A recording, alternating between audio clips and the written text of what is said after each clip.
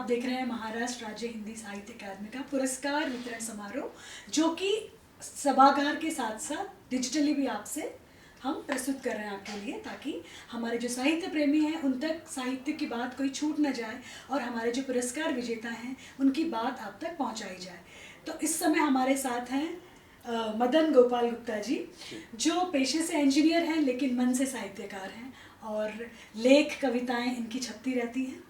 तो मदन गोपाल जी, पहली बात तो अकादमी द्वारा पुरस्कृत होने के लिए बहुत बहुत बधाई आपको। आपका बहुत बहुत धन्यवाद। और साइंस बैकग्राउंड और साहित्य, तो कब लिखना शुरू हुआ और क्या क्या लिखा गया?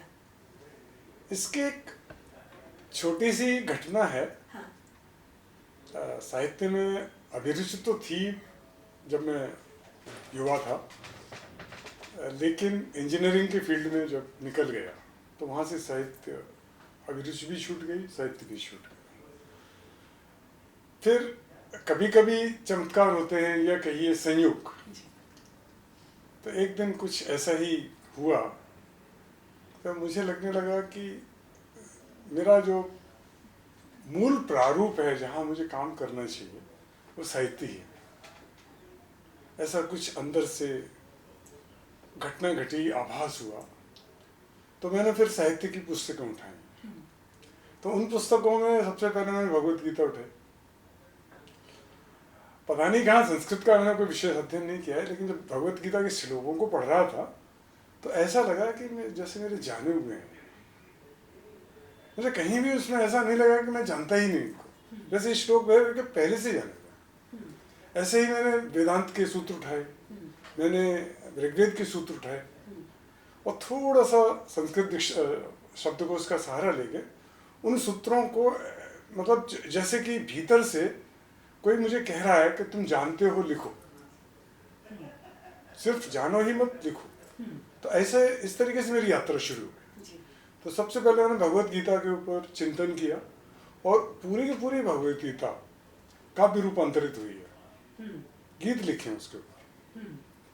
इसी तरह फिर ऋग्वेद हुआ, फिर ब्रह्मसूत्रों की यात्रा की, क्योंकि भगवान कृष्ण ने भगवत गीता में ब्रह्मसूत्रों का जिक्र किया है। तो मैंने कहा उनको भी उठा के देखता हूँ। तो उन सूत्रों के जब चिंतन में गया तो वो पूरे के पूरे सूत्र भी शब्दों में उतर गए। एक बहुत बड़ा शास्त्र ग्रंथ लिख गया, ऐसे ऋग्वेद की सूत्रों में है। तो इस तरीके से मेरी यात्रा शुरू हुई। अब जब ये हो गया तो मैंने कहा, एक अंदर से एक प्रेरणा आती कि मुझे अब साहित्य जगत की और लोगों के बीच में जाना चाहिए। अभी तक एकाकी जीवन था, तो क्या करूं, क्या लेके जाऊं। तो फिर भगवत हनुमान चालीसा का इस तरीके से मेरे मन में ख्याल आया कि ये कृति दो मामलों में बहुत अद्वितीय है। पहला तो बहुत प्रसिद्ध है, जन जन की वाणी पर। तो जब मैंने हनुमान चालीसा का अध्ययन किया तो उसमें मुझे लगा कि इसके जो गूढ़ शब्दों के जो गूढ़ अर्थ हैं वो लोगों के सामने प्रस्तुत होने चाहिए। तो ऐसे करके ये पुस्तक 15 दिन के अंदर लिख गई। आप विश्वास नहीं करेंगे, 160 पृष्ठ की पुस्तक है, सिर्फ 15 दिनों में लिख गई।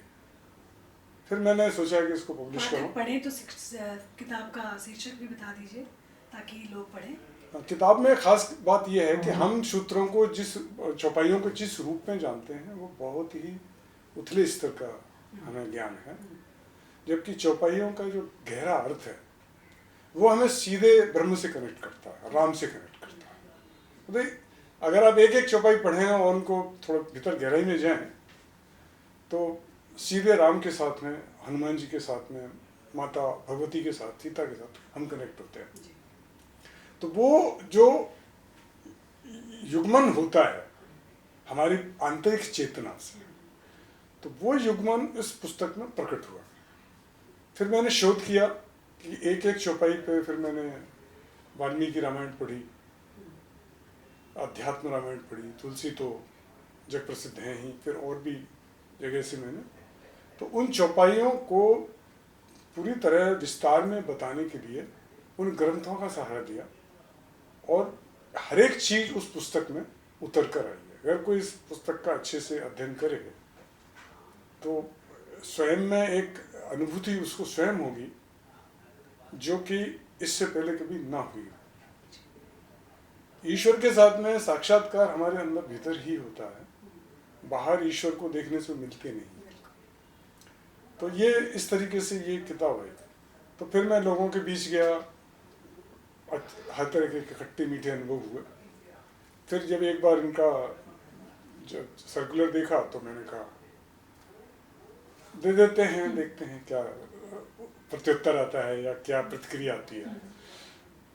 तो मेरे लिए तो एक सुखद आश्चर्य है, विस्मय भी है कि ये साहित्य के संतान है, मुझे एक मोती दे दिया पुरस्कार के नाम से। ऐसा मोती जिसमें चमक भी है और सुगंध भी है, जैसे ना सोने पर सुहागा।